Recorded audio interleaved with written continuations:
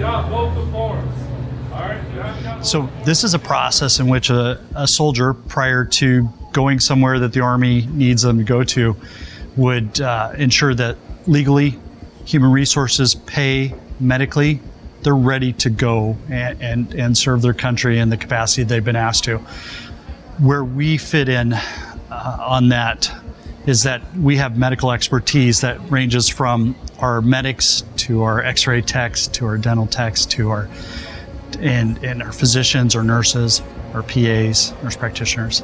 So we're able to plug and play in missions like this where we can actually, and the reason us, because the current assets that medical treatment facilities have across are not staffed appropriately for the kind of numbers that would be for excessive numbers. And so imagine something happens and we need to send a lot of troops somewhere.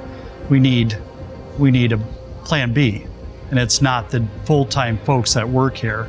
They need augmentation to help them accomplish excessive numbers. So that's where we come in. Basically what we're doing is we're making sure that when they leave, that from a medical, dental, and administrative perspective, that they are good to go, that they don't have anything that will stop them from being able to perform their mission, particularly if it's a warfighting mission. Yep.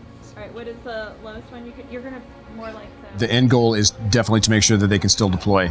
The very first thing that the soldiers get when they get into an SRP site is they go through what's called medical screening, med screening, and we go into the computer. There's a couple different programs we use to look and see what their level of readiness when it comes to immunizations, to lab draws, to any sort of physical limitations they have with what the Army calls physical profiles, as well as if they have at least initiated the health assessments that are required for wherever they're going or coming from. That's the very first thing we do. So we go in there and look for those red flags that will actually slow down the process. And so we identify those. That's the very first thing we do is we identify those so that we can actually get those out of the way as quickly as possible so that they can complete the process.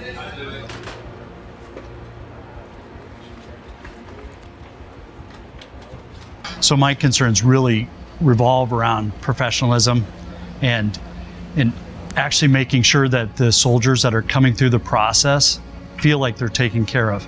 So this is difficult. Rank sometimes plays into how soldiers feel, but absolutely when they come through a medical process, we have to ensure that they feel like they're being taken care of. So one thing we always stress is regardless of rank, the patient, the consumer of the services we're providing, feel like they are taken care of. And really that's our responsibility to make sure they are taken care of so they can mobilize to do what they are supposed to do.